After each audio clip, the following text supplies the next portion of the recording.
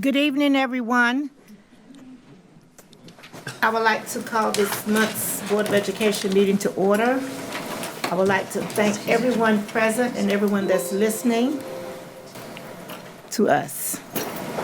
At this time, we will have a moment of silence by Melinda Fagundes, and she will also lead us into the Pledge of Allegiance. Okay. Can we do the pledge first, Madam Chair? Let's do the pledge first. Sure. I pledge allegiance to the flag of the United States of America and to the republic for which it stands, one nation, under God, indivisible, with liberty and justice for all.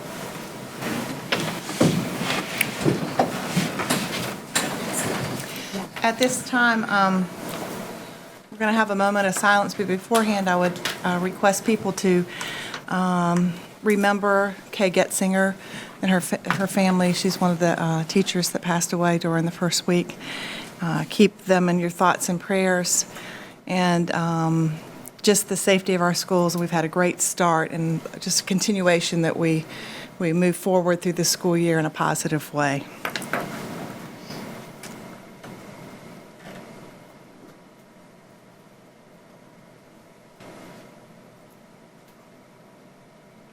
Heavenly Father, I ask that you receive these prayers and concerns lifted up this evening. Give this board wisdom and courage to make the best decisions for our students and staff.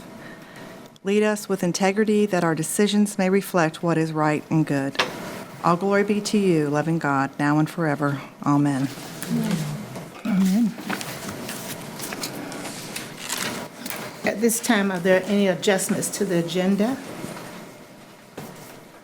Hearing none, is there a motion to approve the agenda as presented? Motion to approve. Okay, it's been moved and second that we approve the agenda. All in favor? Any opposes? Okay. And it was Robert that moved, Moved here.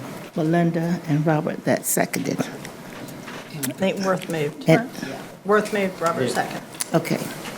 Okay, let us move in. Then the next item then is public expression. And I understand we have one public expression tonight. Are there others since we sat down? I don't see it. Okay. There it is. Oh, right here. This is it. I found it. Okay.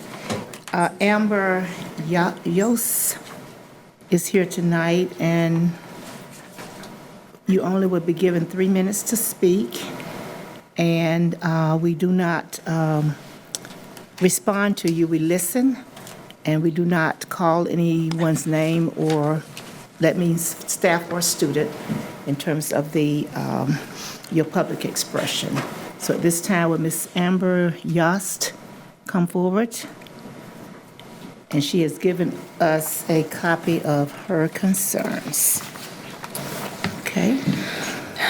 Thank you for your time. I thought I was getting 5 minutes since we were coming as a group, so I'm going to have to cut this extremely short. Are you a group or individual? There's a group of us. Okay. Okay.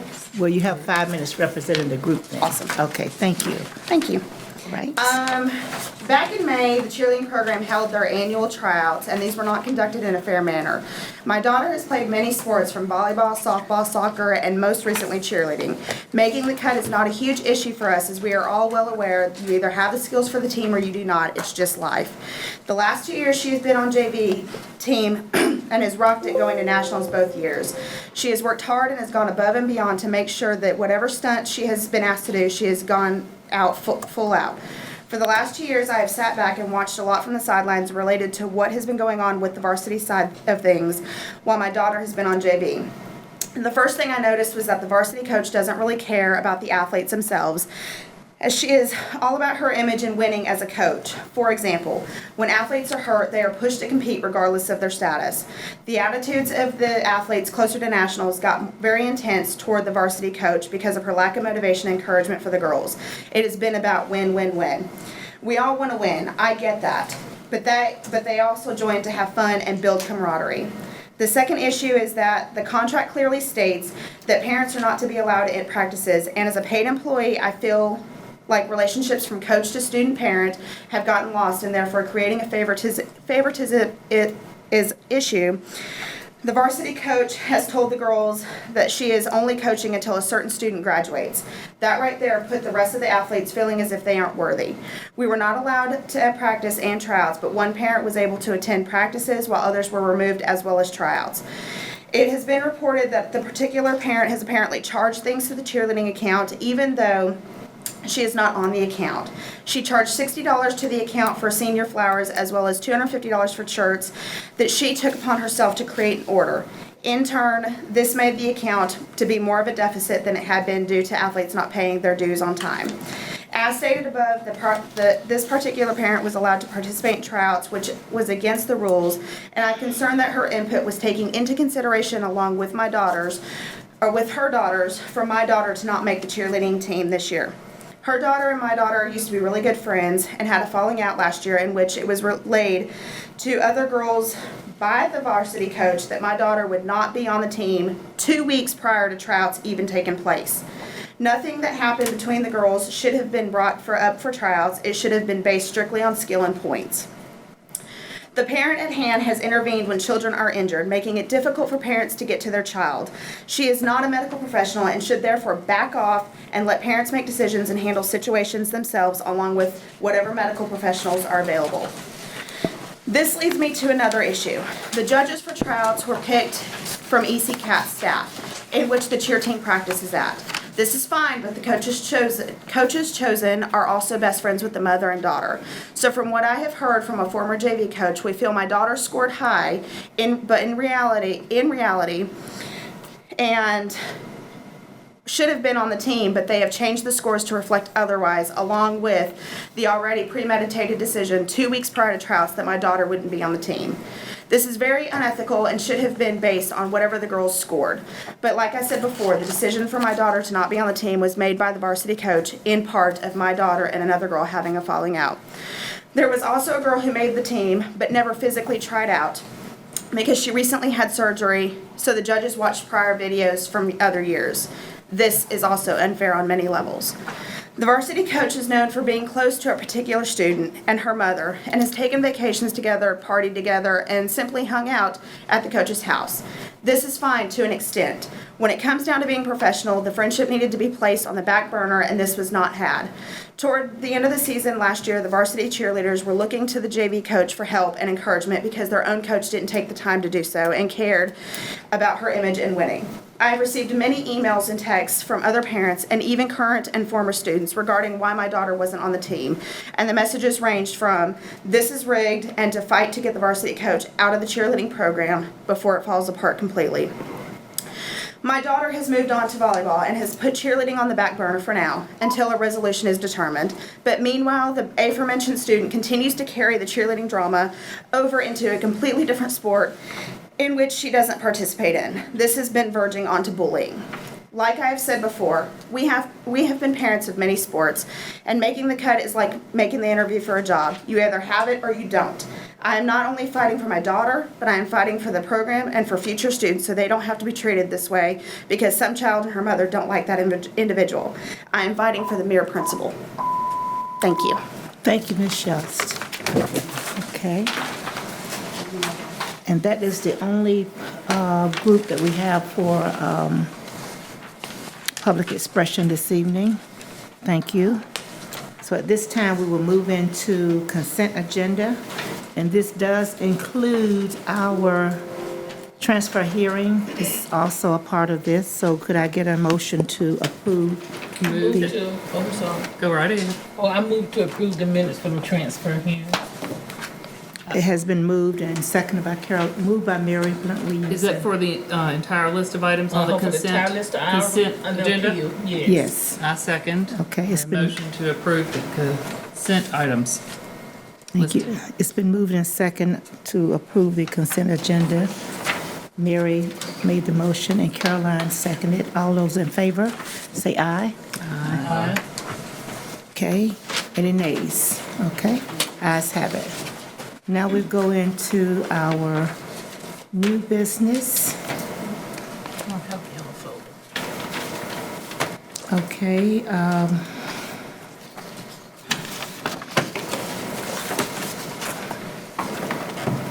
don't see the. I don't see the.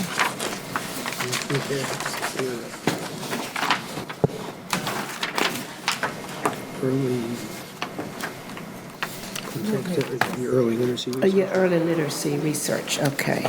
Dr. Elizabeth Swaggerty, you were left off my list. Okay, ECU literacy faculty will share the imaginary library efforts of getting all Pitt County's children aged 0 to 5 enrolled in a program which provides a free book every month sent directly into their home with the board members, okay? So, Ms. Swaggerty, thank you for being here. And Thank you. I've heard your presentation at another organization, so this is an awesome way to share it with us. And Well, thank listen, you for coming. next time you can do the presentation for me. Oh, yeah. It'll be the third time.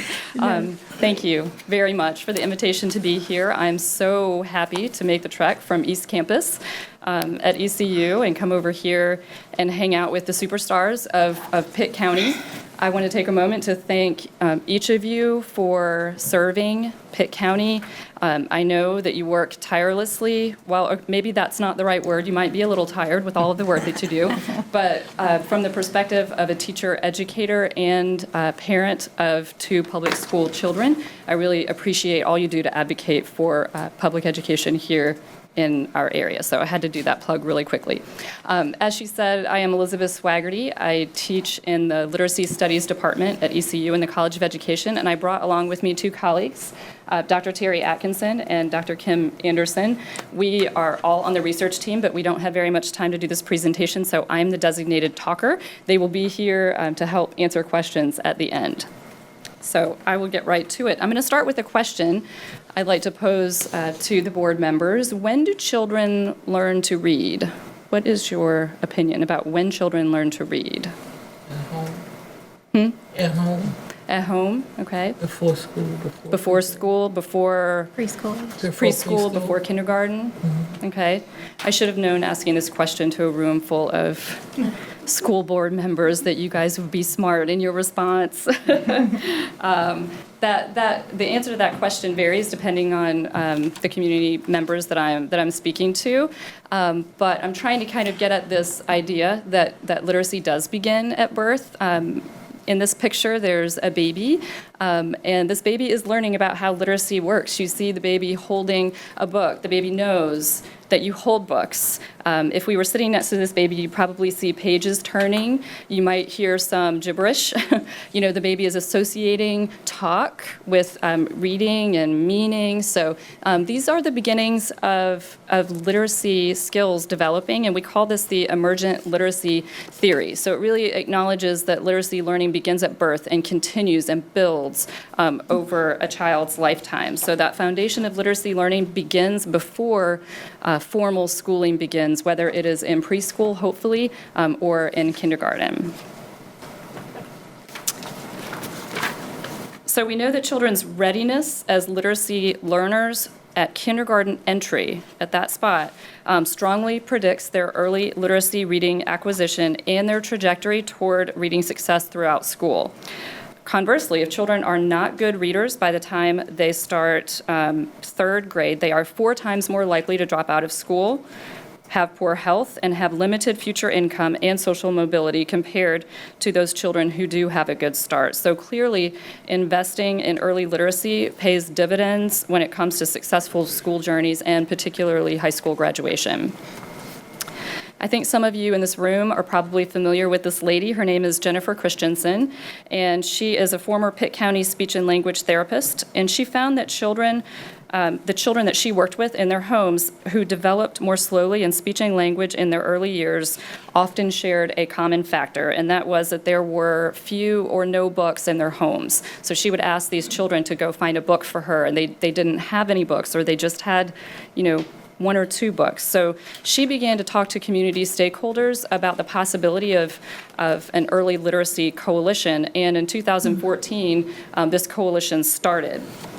and with an overall commitment to literacy, and particularly early literacy in Eastern North Carolina. So here are a bunch of the stakeholders from early on and currently. To address the initial concern of access to books, the coalition first implemented the Dolly Parton Imagination Library book distribution program as its first major initiative, and this program mails high-quality, developmentally appropriate books to all the enrolled children from birth until their 5th birthday, once per month at no charge for families. It was very important to Dolly Parton, who grew up in rural eastern Tennessee, that regardless of income, all families would have access to these books. And I think, so the program actually started in 1995, and it's grown exponentially. It's now available all across the U.S., in Canada, the United Kingdom, and even Australia. So children can be enrolled anytime from birth until they're 5 years old, but if they are enrolled from birth, they can potentially get a library of 60 high-quality, developmentally appropriate books by the time they enter kindergarten. So here's a quick flash of the age bands. The baby books, the early books, are board books.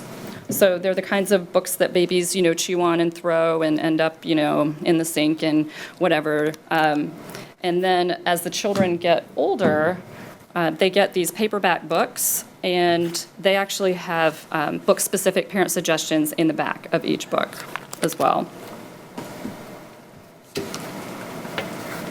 Okay, an update on Pitt County enrollment.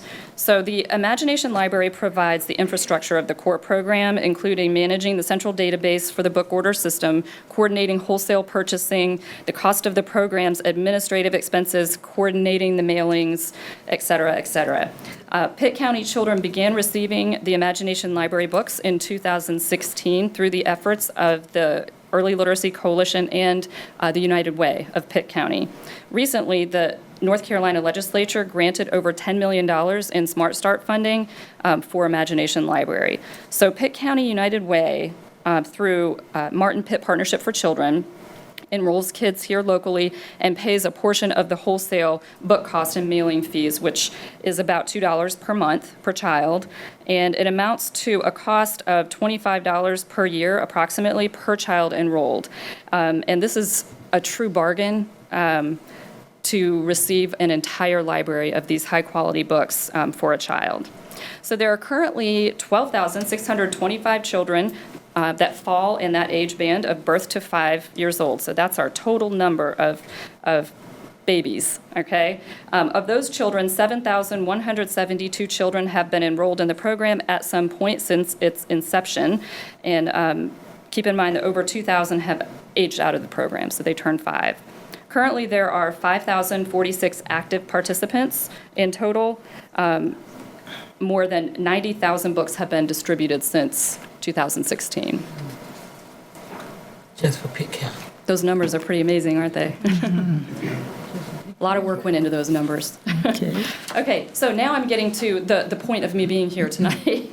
Part of my job as a research team member is to share the results of our research efforts. So I am on, as I said, I'm on the team with my 2 other colleagues, and our job is to research the impact of Dolly Parton Imagination Library on kindergarten readiness in Pitt County over a 5-year period and reporting it back to the community. So that's one reason why I'm here today. This is a way to report back to the community. Let's see. We are examining relationships between at-home shared book reading. We call it SBR for short. We like acronyms for everything. Children's interest in books and reading, and children's literacy skills at kindergarten entry. And we are collecting, the data that we're collecting in a nutshell, is a parent-guardian survey that we collect that from parents and guardians while they're in preschool when the children are 4 years old, and district measures at kindergarten entry, M-CLASS, you're probably familiar with that. Thank you, Pitt County, for providing us continually that data and working with us in such an amazing way all the time. Plus additional measures that we are collecting, including a narrative retelling assessment and an additional comprehension measure. This is a graphic that Kim created that shows our entire research study on one slide. Okay, this is what it looks like across all of the years, essentially. Our model is responsive, it is dynamic, it has changed since the beginning of the study, slightly based on the data that we're receiving and the needs of the community, so we anticipate that it will continue to be tweaked a little bit as we proceed. As far as short-term outcomes go, we expect that the presence of these Dolly Parton Imagination Library books in the home, while not a panacea, will be a catalyst for increasing shared book reading frequency, and that will in turn lead to more positive attitudes about reading and motivation to read. We expect that children who are enrolled in Imagination Library for 3 or more years will benefit in ways that will be measurable at kindergarten entry. That's a really important finding. We're not going to get any immediate amazing results in terms of achievement. It will take time. Finally, we expect that kids who enter kindergarten with stronger emergent literacy skills and more positive attitudes about reading and motivation to read will lead to measurable improvements in literacy attainment by the end of 3rd grade. So we're hoping to continue to follow these children. So this is where we are. We have collected baseline data in 2016-17 at kindergarten entry at 4 Pitt County elementary schools. We had 152 parent-child dyads. Last year, we narrowed our focus to NC pre-K children to focus on those households that are more likely to have fewer books in their homes and where shared book reading was less likely to be occurring. We collected data from 117 parent-child dyads at K entry in actually at 17 elementary schools, so we put a lot of miles on our cars last year. This year, and for the next couple of years, we'll do the same. So we will continue to recruit at NC pre-K sites and follow them to the kindergarten schools that they enroll in, probably around 17 again. Excuse me. What's dyads? Dyad is, that's our way of describing, our data is connected, so the parent guardian survey is connected to the child data. So we have a parent survey that includes demographics and at-home shared reading practices, and then we collect data from the child and match it to analyze those relationships. Thanks for the question. Okay, our work differs from previous Dolly Parton Imagination Library research in 3 ways.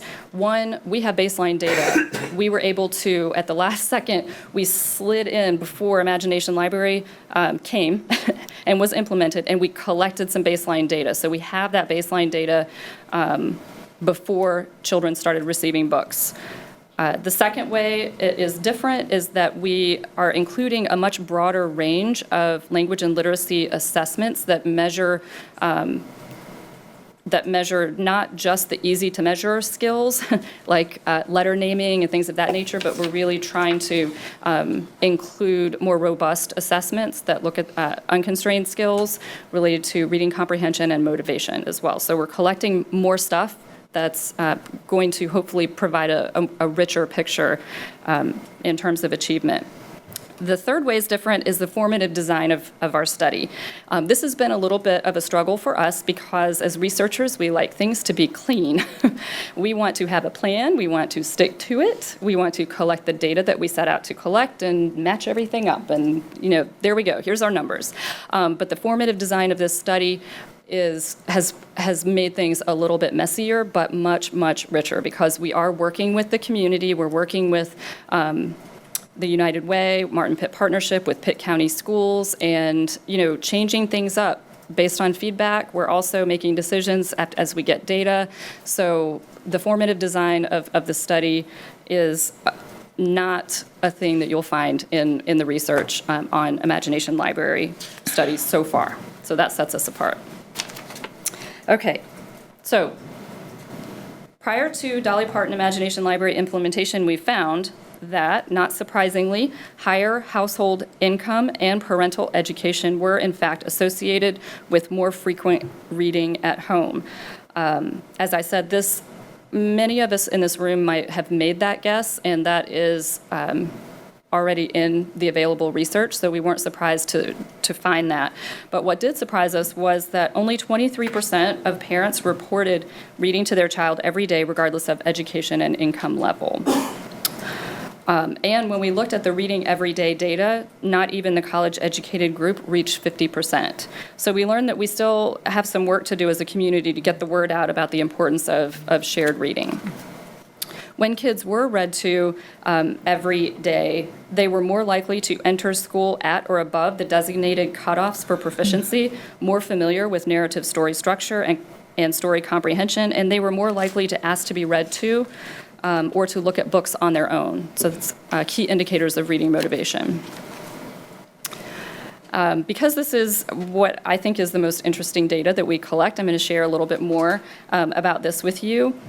We followed the children into kindergarten and do a one-on-one narrative retelling assessment with them. So picture me sitting down next to a kindergartner in the hallway of whichever school you're familiar with. And essentially, I show them this book, and I say, you get to listen to the story, and then when you're done, you get to tell the story back to me. So I play the recording of the story, and then I turn the pages, and there are no words in this book, so they just listen to the story and they look at the pictures, and then the recording ribbits, and I know that I'm supposed to turn the page, and at the end I hand the book to them and say, now you can tell me the story. So then they hold the book and turn the page and they tell me the story. It's the highlight of the whole entire study to get to do this. They all follow such similar patterns, but then you always have that kid who just does something that you've never seen before, and it's just, you go home and talk about it at the dinner table. It's great.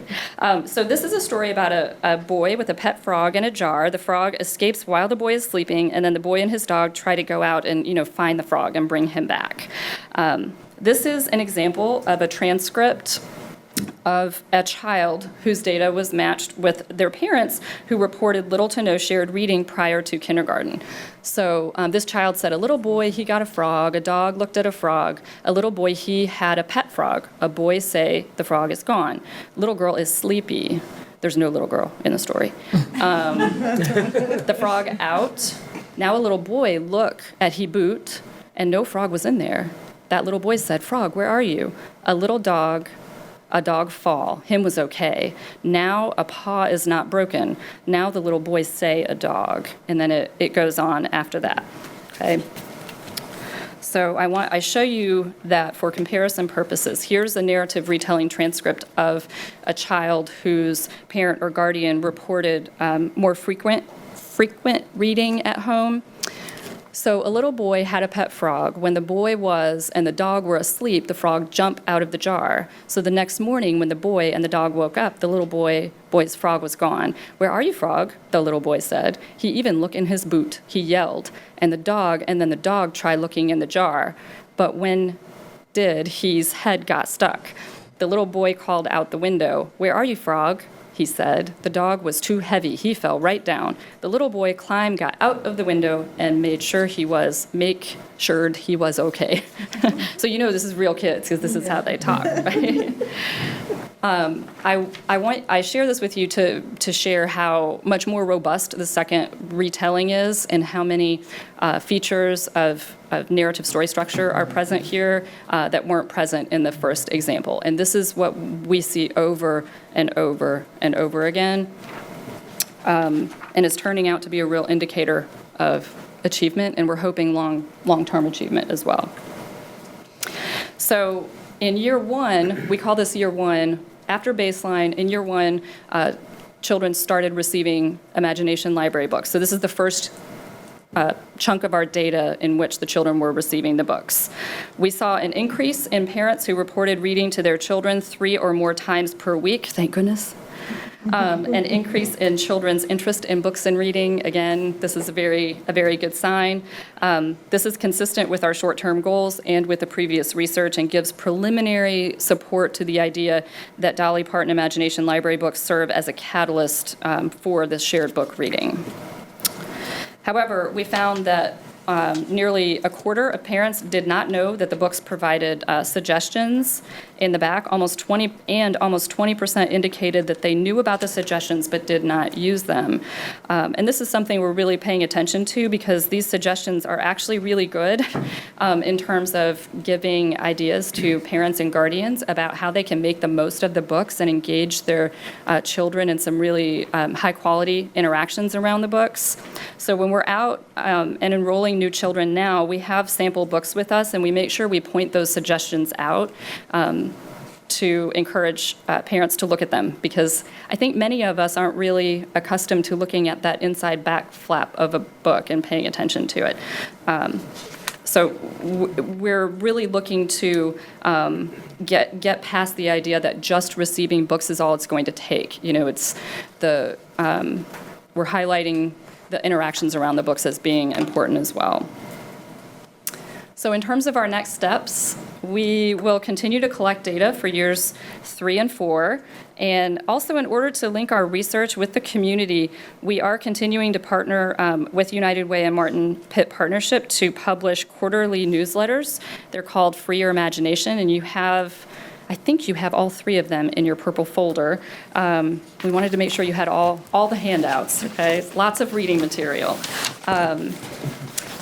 These newsletters go out to Imagination Library families, and one of the continuing features is age-appropriate suggestions for sharing the books with children. We have really benefited from this partnership, this community partnership, especially in terms of refining our knowledge and our ability to communicate our research findings to the public in ways that are engaging and easy to understand at a glance. This has been a real challenge for us because we are accustomed to writing really long research articles and being able to explain all the details of the methods and results of something. So we also put that research article in your folder for your reading pleasure as well. But these newsletters have been really, they've stretched us in a lot of ways and challenged us, but we've benefited greatly from doing this kind of public writing with community organizations. So now I'm sure you're all sitting there thinking, how can you help, right? Well, I don't want to let you down, so I'm going to tell you how you can help, okay? We always need assistance with enrollment distribution, because as you can see, even though you probably can't see these really well, you can tell that those dots are really concentrated in the middle of the county. So we have some work to do in terms of reaching families, particularly outside of the center of our county, to make sure that families know that this is a quality program that they can enroll their birth to 5-year-old in free of charge. And we found that some families are kind of skeptical of free things sometimes. So helping us get the word out about that, and if you know of any community events that we could put up the cardboard Dolly Parton cutout and our tablecloth and all of our things, and make sure that families can be enrolled, we would really appreciate that. There is a team of folks who are dedicated to doing this. Dwayne Cooper and Marie Miller Atkinson are at the United Way, and Sharon Cooper at Martin Pitt Partnership for Children. This is part of their job. So I think you'll find that they are at a lot of community events already, but you may have more ideas. So please share them with these folks, or reach out to us and we can pass it on to the team. Another way to help is to think about how you can be involved with the Early Literacy Coalition and the Community Solutions Action Plan, which Terry's going to talk about really quickly. Thank you, Elizabeth. I put together a quick handout in the back of your folder, because as you step back and think about, well, what does this research that we've talked about tonight have to do with the big picture of what our community is going to do as a whole in terms of our literacy coalition? So we know that school readiness obviously is one factor that we know has a huge impact on whether children are reading at third grade level, reading at grade level by the end of grade through 3. Also important, though, is what they're doing during the summer, because we know that the average reading loss is 1 to 3 months over the summer. So addressing summer learning is one of the other goals of our Community Solutions Action Plan. And then lastly, what Pitt County has been a huge partner in is addressing the whole notion of school attendance.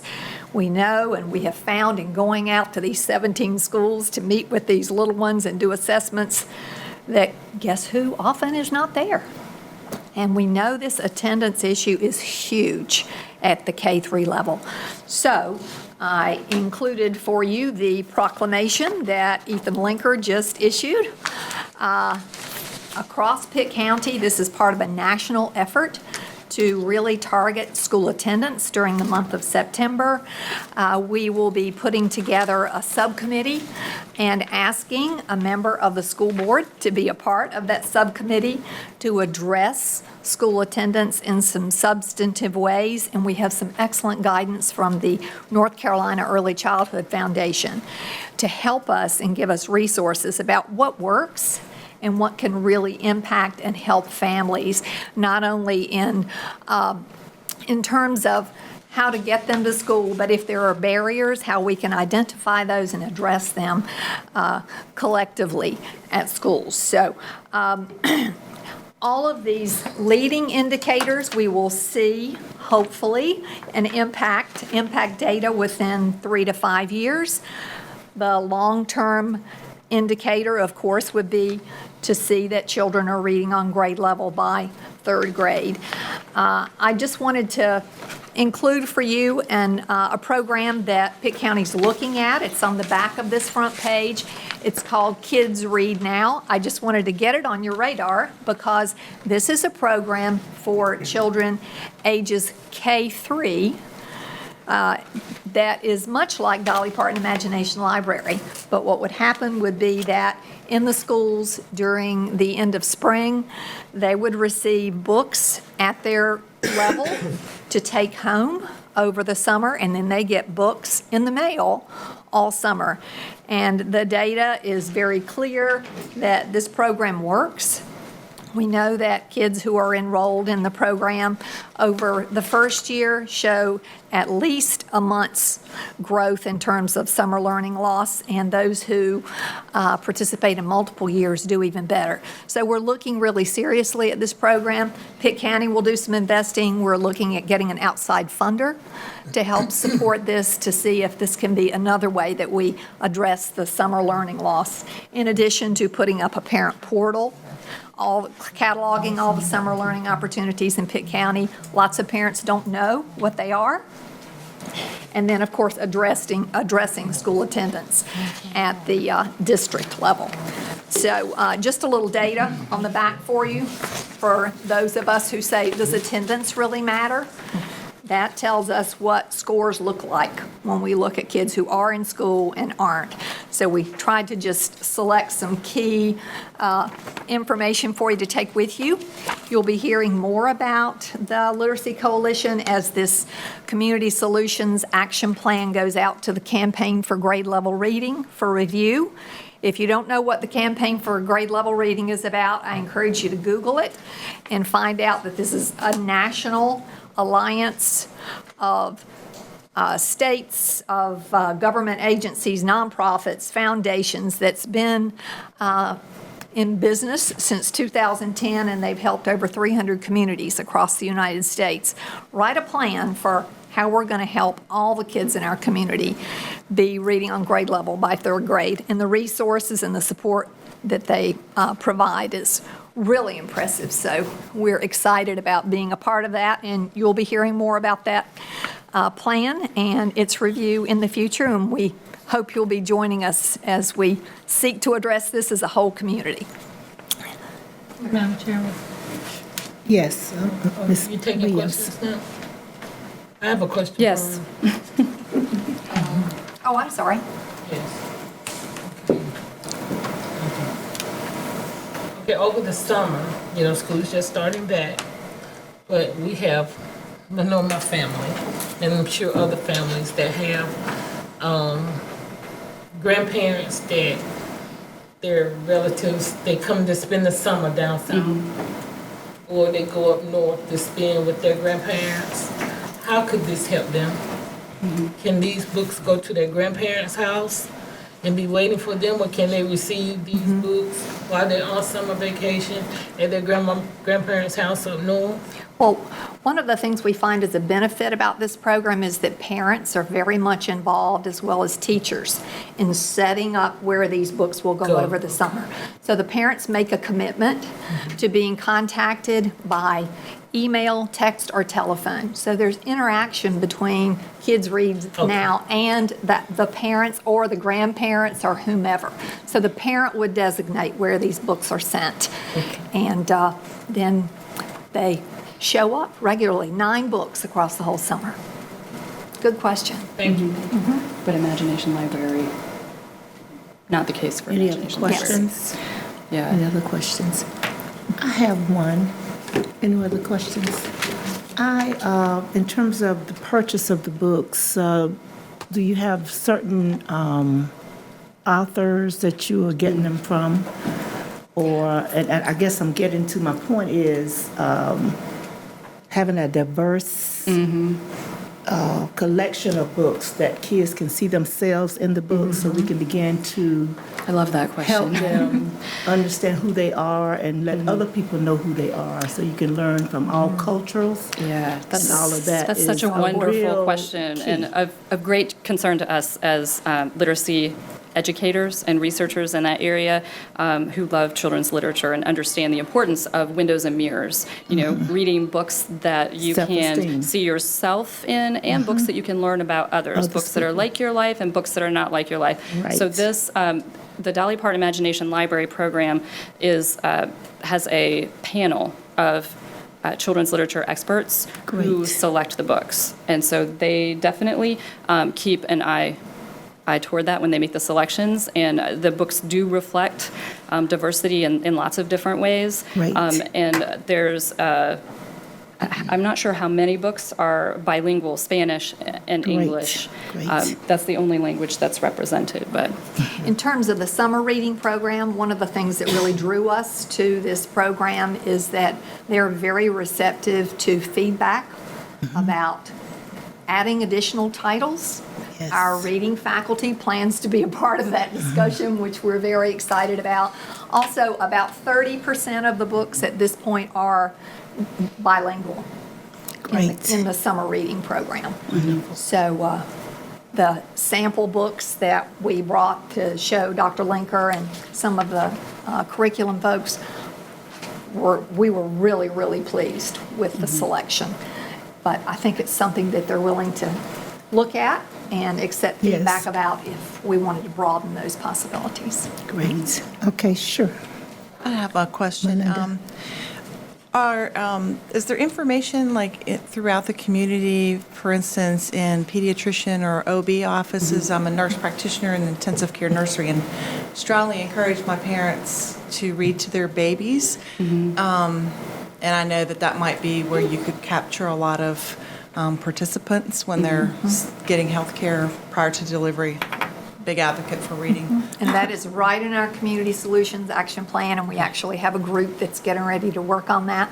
Good. One thing that we didn't tell you about is that we've been working really, really hard with Vidant, and we had a pilot this summer to get babies enrolled at birth before they even get out the door. It was highly successful. We had a team of ECU Golden Leaf Scholars who did this for us all summer, and we kept the data and even looked at where these babies were born. And indeed, only 40% of the babies at Vidant are Pitt County residents. right. They come from all over. So, but it doesn't matter since we have the state funding. So we enrolled an incredible number of babies during the summer and siblings who weren't enrolled. So we feel like that is really a system in place that we can use to get babies enrolled, so we don't have to be chasing baby carriages down sidewalks, which is what we're doing right now. You have a baby, wait. Then we can work on helping parents know how to use the books rather than Trying to enroll. babies. Thank you. Caroline. I just want to thank you so much, and to ECU for, from the very beginning, the provost, I believe, jumped in and said, we will fund this research until we find some funding for it, and I don't even know if that's happened or not. So really appreciative of that partnership, and I think it's important for people to know Dr. Linker also was very early in this coalition, and it's a coalition. It's not like a well-funded project or anything. Oh. And that to me just speaks volumes about the wide variety of people who come together who see this as a really great solution, intervention for our families here. I did want to ask a couple of quick questions. I know last year we were able to make sure that the kindergarten classrooms in Pitt County schools had the set of books that the children who started kindergarten last year would have received, I guess, for the previous 2 years. So that, to me, that's one of the greatest features of this program. We delivered those boxes of books. Do we have that this year as well? Do we have So- have we done that this year? Right, so to get back to that, our vision of this program is for all children to go to their kindergarten classrooms and to see like this book on the shelf, and for them all, maybe they don't know each other, but they're all going together going, oh, I have that book, you have that book, oh, I have that book, I know that book. So that was our vision for that, and we did provide all the books for kindergarten teachers last year, but I don't know that that's been. And making sure those books are there and together. Well, that's certainly Is something that'd be certainly interesting. on- We make sure that Need we to have- revisit. We need to we just did that in the NC pre-K classrooms last week to make sure all the books are there. We have a basket for them. If any books have been taken home to read, we're going to replace them. But It's just instant community among the kindergartners. That's a shared group of readers. I mean, Yes. they automatically have things in common that they can talk to each other Absolutely. about. That to me is one of the most exciting features of this. And to kindergarten teachers as well. Absolutely. They embrace that with both arms. And it starts school off as a positive experience. I belong here. You know, I belong in this little reading group. And it can color their whole education, I think. If they start off in a way that they have connected to already at home. If that connection is there, reinforces that from home to school and gives them so many ways, I think, to build on that. I see this as a major game changer. And I was actually really proud of our legislature for Yes. funding this. Very proud of them for funding this. in fact, talking to some of the other coalitions, for instance, in New York and in other places, they are amazed that our legislature did that. So my only real question is, you've plotted, I saw your scatter plot diagrams for the last 3 years about where the enrolled children live. Do we know where the other 7,000 are that aren't getting? We've got the 5,000, the other 7,000 that live in Pitt County from 0 to 5 that are not getting their books. Is there any way to look at where those are so people in the community can target their efforts for getting the word out and taking the cutout of Dolly and whatever else needs to happen to communities where there are concentrations of kids who are not enrolled? Well, we can thank Ron Mitchelson again for his focus on that. He's a geography guy, so he has a GIS specialist who's putting these maps together for us and overlaying it with where are the children themselves, not just where are the children enrolled. So we're expecting updated maps, and then the folks on the enrollment team are going to be using that information to help them know where they need to be. And Dr. Spigerty, we did get this out. Oh, fantastic. We did get this out in the hands of every elementary students, I believe, this week. It was all printed and didn't want it to get lost in that first week of school. Perfect. So Perfect. now they're getting And down to that, business, and it should get the attention so that at least if they have younger siblings at home, their parents can. yeah, it's been through those, through these presentations like this that we had a conversation, and she said, hey, could you do a one-pager, a handout? We could give it out to all Pitt County schools. So it's those kinds of requests that we have been responding to. So the handout that's in your folder that has the blue, I think it has like a teal color, that was created at Caroline's request. The growing readers at home, yes. Great. But again, feedback about where those events might be. We were just at the West Greenville Block Party. We're any public event where we think there might be babies and families who are not enrolled. We have people to be there. We just need to find the right places to be. So we'll really count on you to keep us informed about where those spots might be. We'll be there. And so you want a board member to volunteer to be on your committee or On your the board? attendance The committee, attendance. yes. So you want that tonight, or they can just call you? I think that Dr. Linker said we would work on that during the month of September and try to have our first meeting in October, correct? Okay. So if there's Put you guys one, on the spot in front of everybody. yes, if someone is dying to do that, you need to let Dr. Linker know that. And we'll be a group from Yes. across the community, Okay. including representatives within the schools themselves, but certainly someone from the school board. Thank you. Thank you. so And much if you for have any coming. questions, be sure to reach out, let us know. We have a website. We try to keep it updated with most of the materials that we've shared with you, so. Yeah. Okay. Happy to give you more information if you have any questions. Thank you. Thank you. Thank you. Okay, so our next presenter is Ms. Lavette Ford, Director of Federal Programs, is coming before us. And she will discuss the 2018-19 Title I plan with us Which one do you want to and show request approval. This one is Ms. Lavette Ford. Not that one.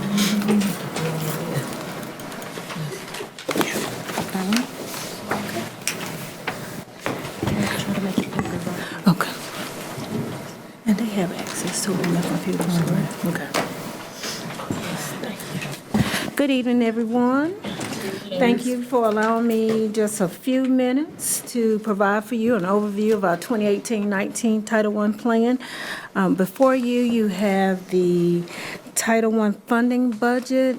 I do want to just highlight a few changes from last year to this year, and I have to start with some negative news. We were cut by $279,904, which impacted just a little at our schools and in our district. And so with that impact, I will go over just a few things with our summary. We have 28 Title I schools. With that, we have 17 that are the CEP schools, which that means that 100% of all of our students at those schools receive free or reduced lunch, which, as you know, that is how we come up with our Title I budget.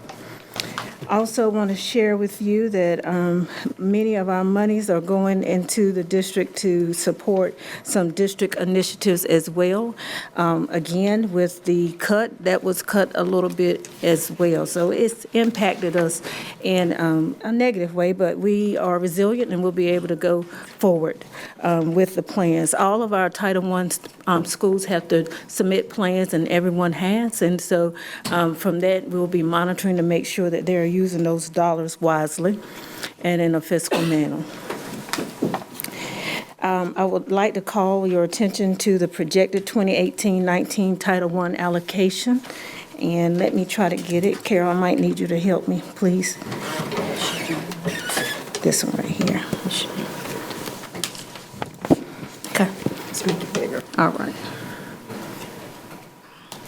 And I believe you have it because it's going to be kind of small to look at those numbers.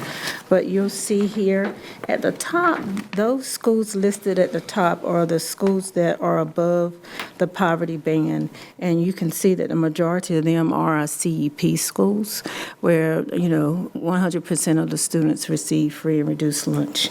And then at the bottom, you have the other schools that are below our poverty band. The schools at the top, they receive $411.02 per free and reduced lunch students. And so if you will look at, for instance, Belvoir, they have 401 students that receive free and reduced lunch. And so that's how you come up with the figure, 401 students times the 411.02, and then that's how you get your school allocation, which is at the far right. But then if you will look at a non-CEP school, which is Bethel, you'll see that they have a total of 290 students, but 231 of them are students that receive free and reduced lunch. And so you can see here where their allocation to the far right is $94,946.73. Well, you might say, well, why is this school here receiving only $94,000? But then you look at Lake Forest and you see that they're receiving $323,000. It's all in the numbers. Lake Forest has close to 800 students, and they are a CEP school. But then you have Bethel, that is a smaller school, 290 students, but 231 of them receive free and reduced lunch. So it's all in the formula. The band or the cutoff, the threshold for schools that receive Title I is 35%. So if you'll go all the way to the bottom, and I'll try to move this down, and you have it, you'll see that Wintergreen Intermediate and Primary, they are right there.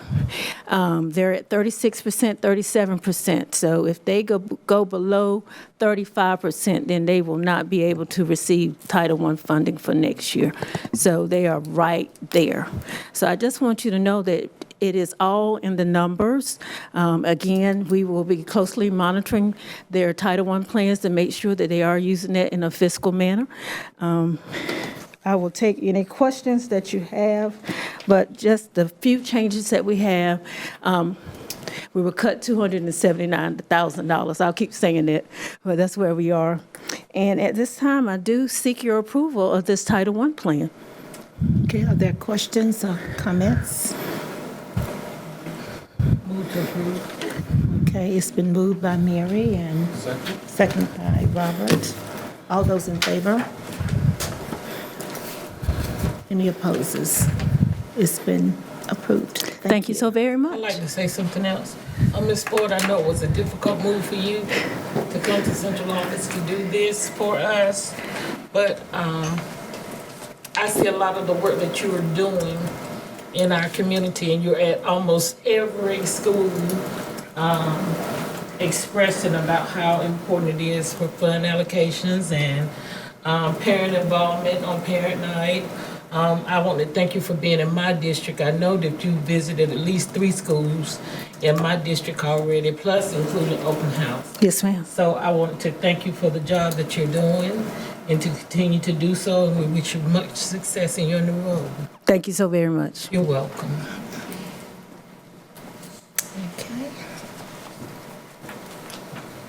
Okay, so now we are down to testing and assessment program by Mr. Steve Lassiter. And before we get there, we actually, if the board wishes to approve this, we do need the board to take action on the Title I plan, Madam Chair. Okay. I thought we just voted on it. We did. Okay, thank you. Okay, the next presenter is Steve Lassiter.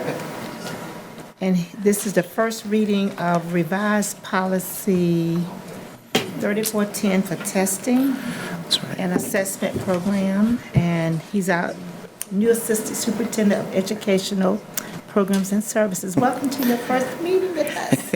We're so excited That's right. to have you. Thank you, Madam Chair, and good evening to all board members. As stated, I'm here to present revisions on the testing and assessment program, policy 3410. It was discussed at our board work session on August 20th by our high schools director, Ms. Mary Carter. Okay, thank you. Okay, so no board action is required on this. Thank you, Mr. Lassiter. So now we're down to closing comments by our superintendent first. I would just like to say I've had the privilege of visiting 31 schools in the first 5 days. It's been a whirlwind, but it's been very exciting. The conversations at the schools, the teachers involved in the classrooms, the principals, the focus on our data and where we're at, how we're moving our kids forward has been Just, in my opinion, just amazing. It's super exciting to see all that this first week.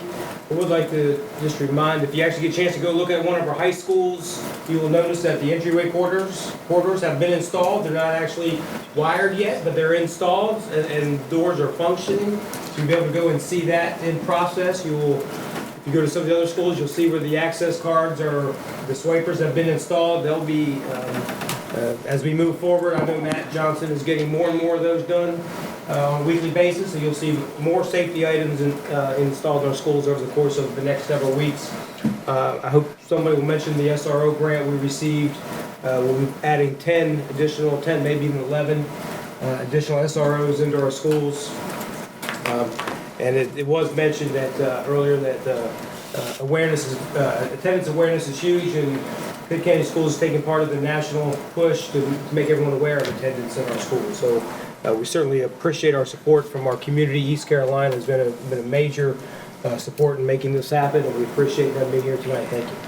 Thank you, Madam Chairman. Okay, thank you, Dr. Linker. And we'll start with our board member, Caroline, from that end. We try to rotate each time to make sure everybody's covered. Thank you so much. Just want to say thank you to Drs. Swaggerty and Atkinson and Anderson. We really appreciate the work you're doing and for taking the time to come here tonight. I will not forget Cheryl Olmstead. Several years ago, impressed upon us that words build brains. And the more words a child hears when they are from, I guess, prenatally, but certainly at 0 through 5, makes a huge difference. 20 minutes a day, I'll not forget, you said 20 and 25. 20 minutes a day of reading, and it doesn't matter what you read to them, they just need to hear some words and see you reading. And at 25, it seems like there's a threshold of 25 books in a household. That if those two things are happening, you've got somebody who's going to be a learner and who's going to be successful in school. That's what the research showed. I'll never forget, that was before this ever even started, the Eastern North Carolina Literacy Initiative ever even started. She was teaching us about that. And this is Cheryl's last meeting with us as, last meeting with us. I think your last day is Friday, and I just want to say thank you so much for what you have taught us. It's not Friday. She's not getting off that easy, but okay. Anyway, just want to say thank you. You have taught me a lot. I've learned so much from you, and the way you have shared that important information has just been easy to manage. I want to say thank you to all of, sorry I didn't hit our minute, all of the community organizations who have helped to get our students ready, including one of our board members who sponsored a wonderful event, as well as the teachers who've been pulling money out of their pockets to make sure their students have the materials they need.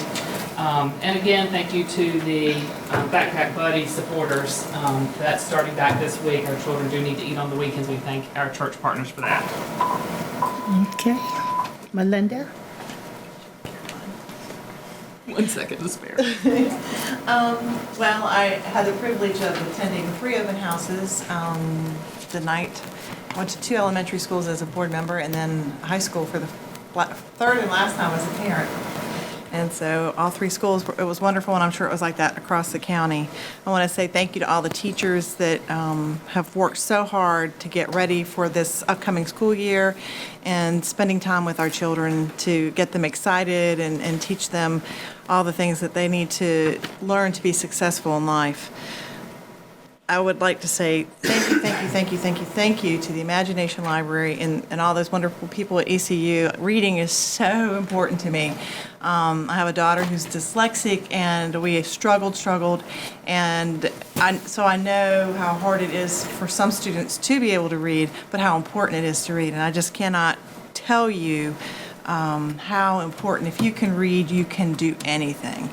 And I stress that at home, and I stress that in the intensive care nursery, that reading to children is so important. It's great for them to learn, but it's a bonding thing also. And that's really all I have to say tonight. Thank you. Trying to keep it under a minute. I just want to say how fortunate we are here in Pitt County, and I say it every time that we have the best school district in all of North Carolina, but one of the reasons I feel like we are so fortunate is because we do have East Carolina here in our backyard, and we have so many partnerships that have been shared with us over the last few years. From the the community school, and this partnership with the Imagination Library. We're just so fortunate and so lucky. But also, this is a great example of how data works. And all of these programs are fantastic. But this is a program where we're able to share our data with your data. And we can really see what makes an impact with our students. And that's important to me as a board member and as a taxpayer, right? So that's really important to me. But also, I think one of the biggest challenges that we face in our school is not what's happening in the classroom. That's challenging, yes. But I've said it before that the community and the students, when they arrive to our school, is something that we as board members and leaders in our community really need to make an impact. And this is a way that they're reaching, East Carolina and Imagination Library is reaching out into our communities to help our kids so that when we get them, because we expect so much of them when they walk